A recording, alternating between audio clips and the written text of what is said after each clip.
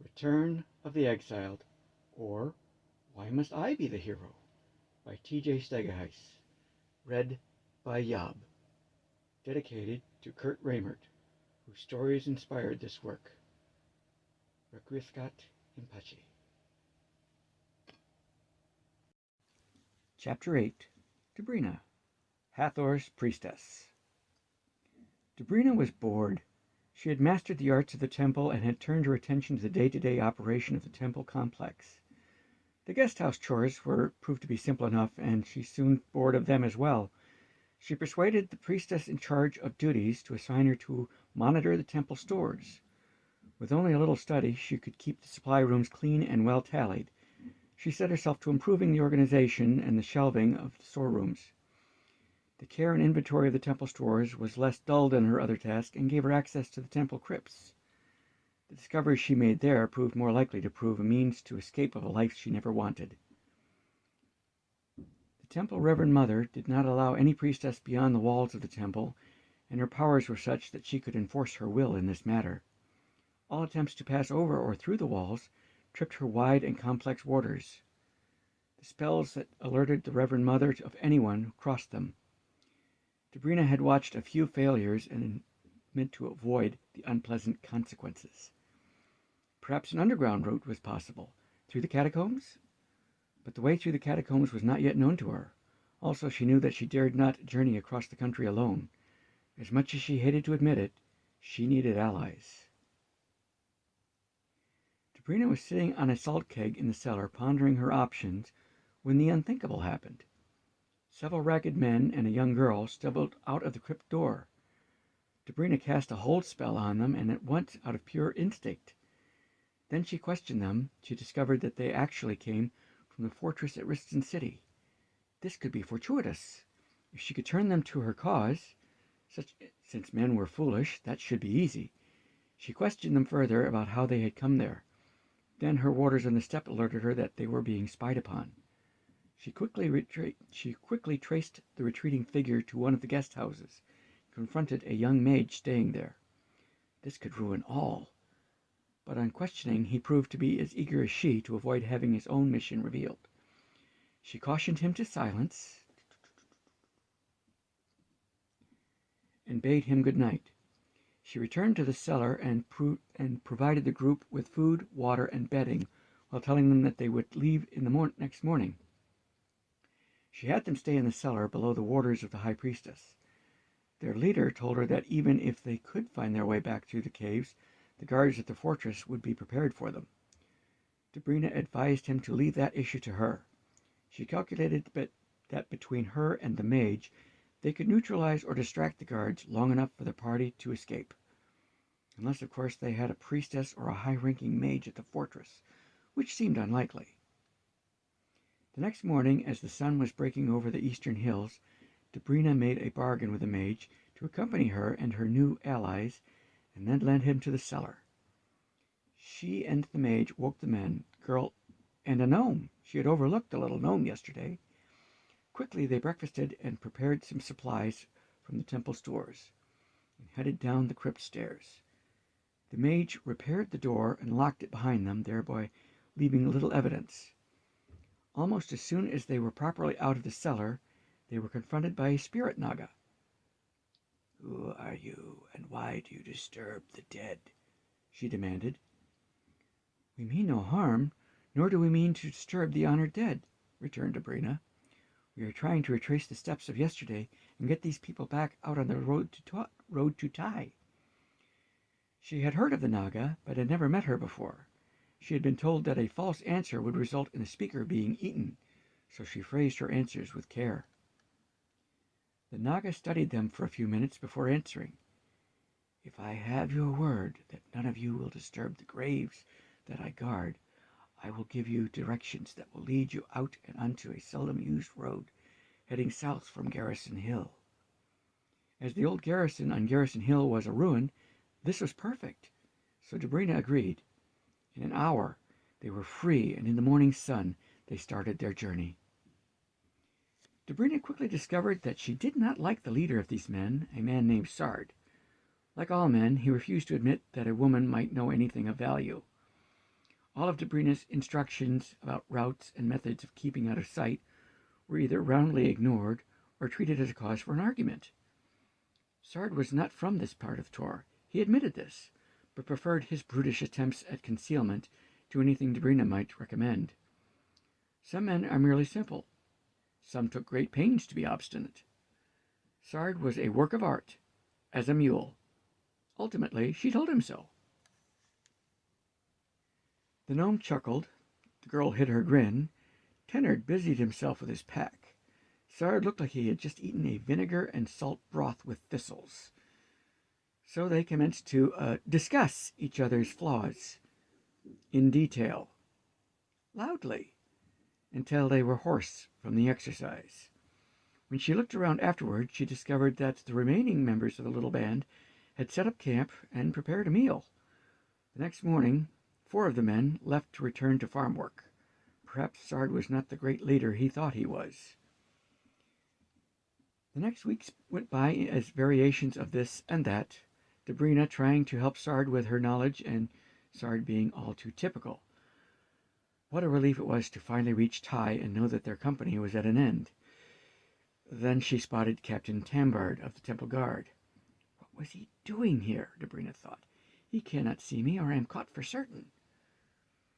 She made up her mind right then and there that enduring Sard was better than risking discovery now that she was this close to escaping. At least she had Tennard to talk to. He may have been young, but he was educated and had some sense about him. After some shopping and information gathering, they met Smoke the gnome down by the docks. He was beside himself with anger and trying in vain to cover it up. It seems that he'd found a first mate off a ship heading all the way to Bokenshire, to a port where they could find passage on a ship to Luffa. Smoke gave him the price of passage agreed upon, and the mate told him to arrive at the Mary Jaybird no later than 1 hour past midday. It was now a quarter of an hour before midday, and the Mary Jaybird was gone from the dock and well out to sea. Like most thieves, Smoke hated to be out-tricked. Not to be deterred, Dobrina quietly asked a few fishermen if any would like to make a few coins, getting the group as far as across the border into Sersha, just across the River Corin. One grizzled old fellow said that if they could lay low while he was leaving port, he could get them to a hidden cove he knew of that was just across into Sersha. This was about the time that Sard showed up to meet them. He had found some work and gotten a meal, putting him in a better mood. Dobrina hesitantly told Sard that she and Tennard would be accompanying them much further than they had originally agreed. Sard took this with amazing, for him, good humor, and they all boarded. Dobrina wondered if he had been drinking. Of course, they encountered a patrol boat, and the fishermen had to heave to, as they say. If they stayed where they were caught, and all would be in trouble. The idea of swimming for it was suggested, but Smoke could not swim, and Dobrina felt that there had to be a more civilized way to escape. The fisherman had an old skiff on the deck of his boat, and for a few more coins let them use it to reach shore. "Just leave her there in them bushes," he said, "and I'll have a friend fetch her later," he said. Better luck, Tennard had a push spell that was perfect for their need as the skiff slid quickly and smoothly into the cove and behind some shrubs. They all piled out and hid themselves while the patrol boat had their exchange with the fishermen. Once both the boats had left, Dobrina sighed with relief. They were in Sersha. She was free. Now she just needed to reach some town where she could find employment and be done with this running and dodging. Sard, of course, ruined the moment by reminding everyone that any soldiers from Tor may have been informed to look for them and bring them back to Tor. "You and Tennard, of course, are in no danger, unless you are with us when you are spotted. You may want to slip away on your own now," said Sard. The implication that Sard and the men did not need Dobrina hurt her pride, and she stated that she and Tennard would accompany them for a while longer. The looks that played across Sard's face were comical. He really did not know whether to be relieved, angry, or concerned. Debrina almost felt sorry for him. She did have to admit that he was right about the Falcon Legion being here in force. Even Sard himself was surprised at how many Falcon Legion soldiers were being moved around Sersha. It made no sense. Tor should have no military actions going in Sersha. Why were they here? Things were made even more complicated when Tennard and Debrina went to the supply store in the first border town they came to. The store was located in the back of the local tavern, and Falcon Legion and Sersha Border Patrol were having a brawl. Debrina elected to wait until they had finished and the town had recovered before picking up supplies for the group. A few days later, they barely dodged a group of about 50 Falcon Legion troops. She had to agree that they should remain off the road and out of sight. Debrina, Tennard, and Wendy focused on gathering useful plants and edibles. Debrina taught Wendy some of what she knew about plants and their uses. Tennard said that he had taken a course on the subject and promptly blundered into a clump of scratch bladder and itched for days. Men. A few days out of the first town in Sersha, they were attacked by a band of Grolls, the first Debrina had seen since leaving her father's home many years ago. Fortunately, Sard and the men proved themselves useful and drove them off. In time, both Wendy and Tennard learned to find and use the plants and herbs that grew around. For some of the farmers she spoke with, Debrina increased her knowledge of the local plants and their other resources, so that finding edibles and useful items in the forest became easier. As spring moved forward, the available foods increased in amount and variety. Good, because boiled roots were getting tiresome. Things seemed to be improving when they reached the town of Glenfrey. Although their coins were running out, it was a friendly town, and some of the men were talking to the local farmers about temporary work. Then the gnome ran into two miscreant gnomes who had been drinking, and the trouble soon followed. Some of the local riffle-raffle made the usual crude comments that the ill-bred are prone to. Dirty gnomes, and short-armed, and such. The gnomes responded by casting some illusionist magic, calling forth images of ghosts and demons to frighten and taunt the drunken bullocks. Exasperated, Debrina and Sard joined forces to herd the three gnomes out into the sobering sunshine, in the hopes of heading off serious trouble. Alas, once begun, the trouble could not be so easily stopped. The gnomes only increased their uncivilized display, and Tennard disappointed her by joining them.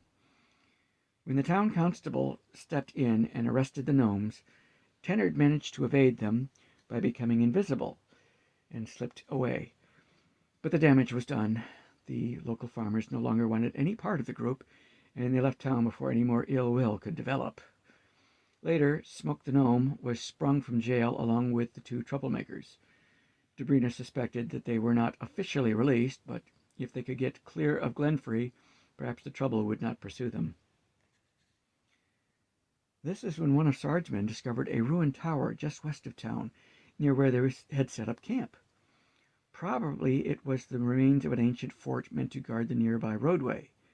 Investigation brought out a pack of angry Grolls, who promptly attacked them. The Grolls were fewer and less prepared than Sard's men, and quickly defeated, all of them slain this time.